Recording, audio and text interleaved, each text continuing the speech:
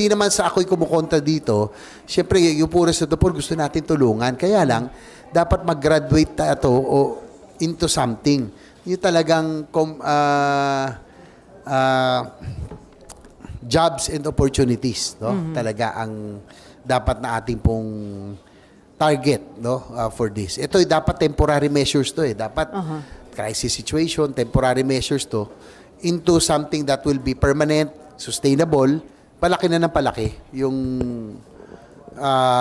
budget that is being spent for social programs. And I don't mind if it really reaches our poorest of the poor. Kaya lang, sana magkaroon talaga ng programa na talagang that will lead to something more sustainable. So yun lang yung sa akin. Siguro, kaya nga ito dapat temporary measures Tulad nung AICS, no? Assistance to Individual in Crisis Situation. Understandable, during the pandemic, talagang tataas siya. No? Tapos dapat, nung wala na yung pandemya, wala na tayo sa emergency health situation, dapat bumaba na. Wala na hindi na to crisis Pero kung titingnan nyo yung budget, mas lalo pa siya tumaas for 2024 and 2025. Sana meron tayong exit mechanism or graduation to more sustainable permanent jobs or employment.